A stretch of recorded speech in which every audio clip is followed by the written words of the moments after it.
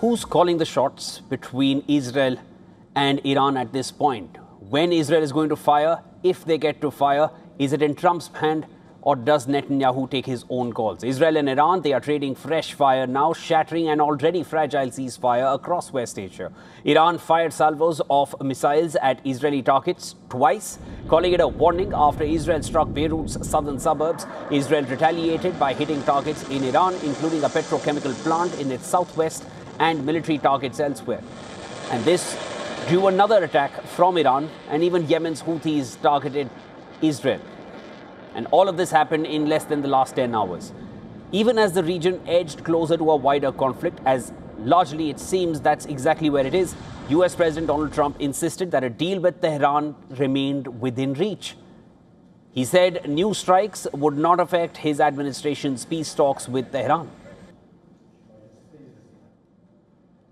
And how close are you to making a deal? Are we talking about days, weeks, months, Mr. President? I think we're very close. We have a couple of points. They don't even seem like big points. They've conceded the fact that they will not have nuclear weapons. Well, Trump also cast himself as the ultimate decision maker on Iran, declaring that Israeli Prime Minister Netanyahu would have to accept any agreement he reaches with Tehran. In an interview with the Financial Times, Trump said, and I quote, "He won't have any choice. I call the shots. I call all the shots. He doesn't call the shots." Quote unquote, Donald Trump, US President. And then hours after this statement was given out, you find Netanyahu going after Iran. Earlier, Trump had tried to rein in Netanyahu, urging him not to retaliate after Iran launched its first direct missile attack on Israel since the April ceasefire. And within hours, Israel struck targets across multiple Iranian cities. And that response, despite Trump's public warning, immediately raised questions about his claim of calling the shots. The American leader now faces a test of credibility, apart from all the other tensions that already exist and the sticking points that have only increased over the course of the last few months. Reassert control over his closest ally or focus on preventing a broader regional war. What are Trump's options? He could threaten to delay, restrict, or condition US arms transfers and intelligence support if Israel continues acting unilaterally. Washington could also lean on Qatari and other back channels to convince Tehran that Israel's response was limited and attempt to keep the collapsing ceasefire framework alive. Or Trump could abandon de-escalation altogether, blame Iran for the breakdown, and authorize direct US military action against Iranian targets. And that option risks dragging the United States into a much wider war, a scenario that would sit uneasily with the America First instincts of his political base. If Trump refuses to enter a direct war, the conflict could evolve rapidly, as we are already seeing in the last few hours. Israel may increasingly rely on long-range strikes, as it has the capability to do, convert and covert actions, targeted attacks against Iranian leadership. Iran, meanwhile, could raise the cost of the conflict by threatening shipping through the Strait of Hormuz. That's their trump card at this point, pun not intended. And Gulf states would likely shift into self-preservation mode, moving closer to either Israel or Iran to keep their own infrastructure out of the crosshairs.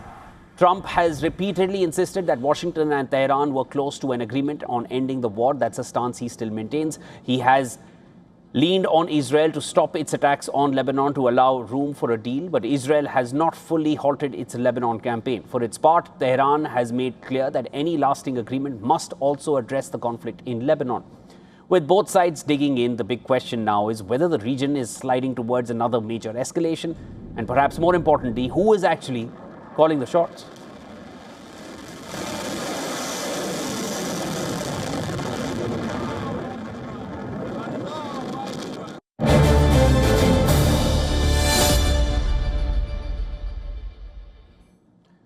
From Tel Aviv, I'm now being joined by our guest, Dr. Mir Javed Anfar, lecturer of Iranian politics at Reichman University in Israel. Doctor, always a pleasure speaking with you. Thanks so much for joining me again on Point Counterpoint. Who's calling the shots, sir? Is it Israel? Is it the US? Donald Trump has been public with his negotiations. He says they are not going to do what I tell them not to do. They are prohibited. I am calling the shots. And then hours later, we see those strikes going out on Iran. Who's in control? President Trump is in control. He's in control. I still feel so.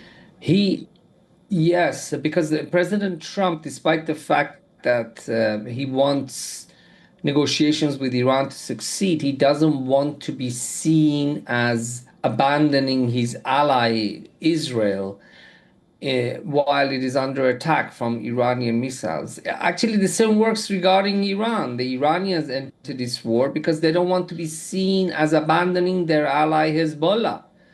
And this is both Trump and Iran negotiating through, again, low intensity conflict through their allies. The Iranians are trying to strengthen their hands in the current negotiations, and they're trying to increase their gains from this war by saying, okay, we ended this war by establishing deterrence against the state of Israel through our missile attacks. And from now on, every time the Israelis attack the Dahiya headquarters of Hezbollah in Lebanon, the Israelis will know that we will attack them directly. On the other side of the ledger, you have the Americans who want to end this war with a stronger hand by saying, yes, we did reach a deal with Iran, but at the same time, we helped our ally Israel maintain its deterrence against the Iranians by allowing them to respond to the missile attacks that were carried out against the state of Israel on the night of the 7th of June. Doctor, let me argue that out. April 7th, that's when the ceasefire came into place. That's when Donald Trump said that we're announcing this ceasefire. The mediator, Pakistan, mentioned very clearly that this ceasefire applies to Lebanon and elsewhere, quote unquote. And then this is what Donald Trump agrees to. And a day later, they say Lebanon is not part of this ceasefire. Reports suggested that there was a conversation because Israel was not on the table for those negotiations. Let me go a little further. April 17th, that's where the ceasefire between Israel and Lebanon is announced, but the fighting between Israel and Hezbollah still continues. Then Donald Trump says Israel is prohibited from attacking, and then the attacks and counterattacks, either way, that continues even then. In May, there is a ceasefire on top of a ceasefire because Israel and Hezbollah are still trading fire and Lebanon is taking the brunt of it. Donald Trump says this ceasefire is now in place. Israel still continues. And then what we saw just hours earlier, and apart from the fact that there was a ceasefire since October 2025 in Gaza, where also we are seeing Israeli strikes. So now you have Gaza, you have Lebanon, you have Iran, where ceasefires have been announced by the US and Israel continues to engage in hostilities. I'm not taking away the fact that they are being attacked, but they continue to disobey, if I were to say it, Trump's direct orders, because this is the stance Donald Trump is portraying, that he's in control. Then how do you say that Donald Trump is still in control? Over to you.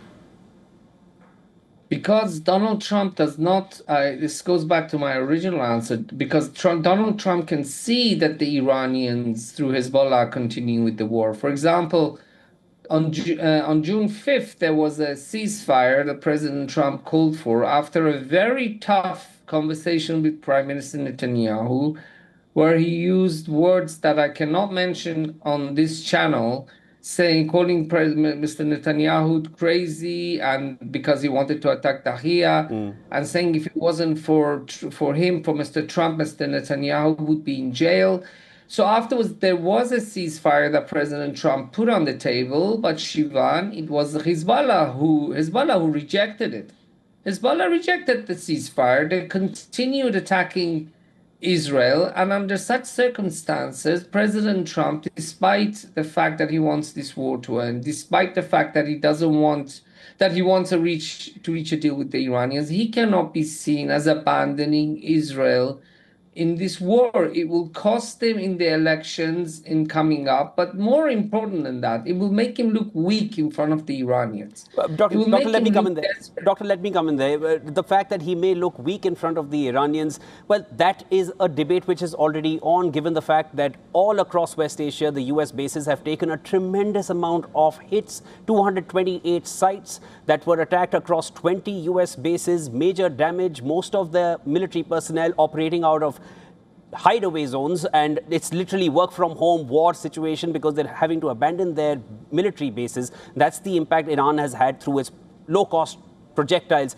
And apart from that, just hours earlier, Donald Trump says, don't do it. Israel still does it. So even then, why make such statements when you know Israel is under attack? And there's nothing taking away from the fact that they are taking hits. But we'll just hold that thought. There's breaking news coming in. Doctor, stay with me. I'll come right back and we can continue this further. Breaking news, viewers. Iran's Islamic Revolutionary Guard Corps claims that it has targeted Israeli energy facilities in the port city of Haifa.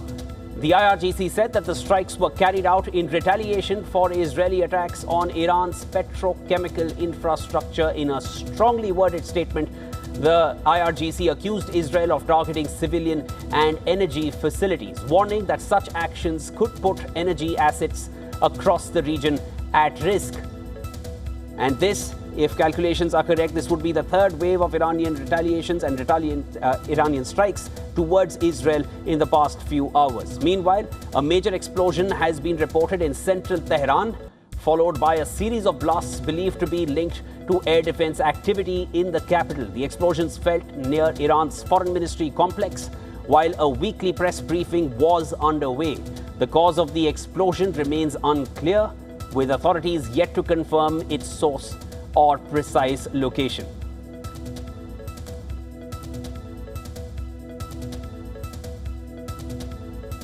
All right, I'll cut back to Dr. Mir Javed Anfar. Doctor, we've seen more hostilities taking place. Is this an all-out war between Israel and Iran now? Is there any scope of that ceasefire still being in place? Ceasefire between Israel and Hezbollah? No, absolutely not. In the larger West Asia region, sir. No. It's an all-out war now.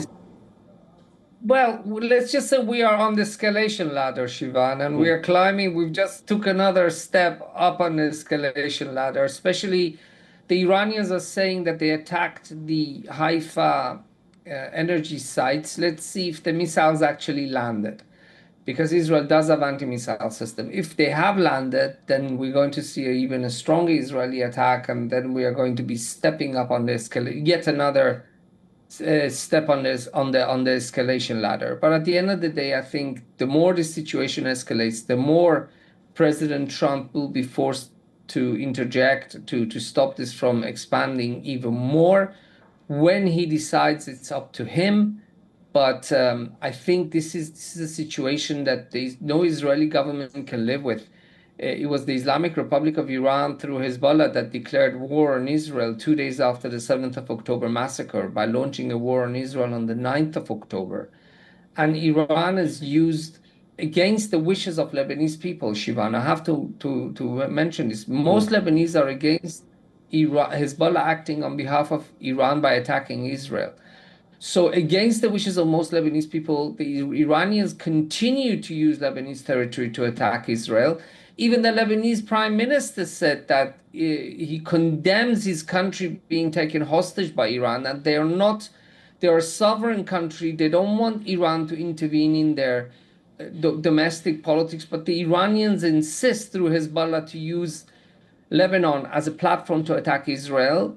And this is something that no Israeli government can live with. I think ultimately what we should look for, Shivan, is for the war to end, is to create a deconflict zone on the border between Israel and Lebanon so that Hezbollah cannot use it to threaten Israeli citizens. And as soon as that happens, for Israel to withdraw from Lebanese territory that it has taken, that it has occupied since a number of months ago. But for that to happen, first and foremost, Israel needs to make sure that the Iranians and Hezbollah realize that they cannot continue to threaten Israel's citizens. Very quickly, Doctor, before we run out of time, what options does Donald Trump have at this point to de-escalate matters which are clearly on the escalation ladder? I think first he will wait to see how far this goes, Shivan. He doesn't want this situation to get out of hand. It's very important for him, for his negotiations with the United States. And I think he will wait to see how far this goes. I think it won't be too long, the next couple of days, when your viewers will hear the news that he has interjected with Israel directly and with Iran through mediators to end the current cycle. Well, there seem to have been attempts that were made for an interjection, but they have not led to the result that Donald Trump wanted, because he still seems optimistic that a deal is on. But clearly, the escalation ladder is where this is moving in. It's clearly getting more and more heated up in the region. Dr. Mir Javed Anfar, always a pleasure speaking with you. There will be more to discuss. Look forward to speaking again. Thank you, Shivan. you.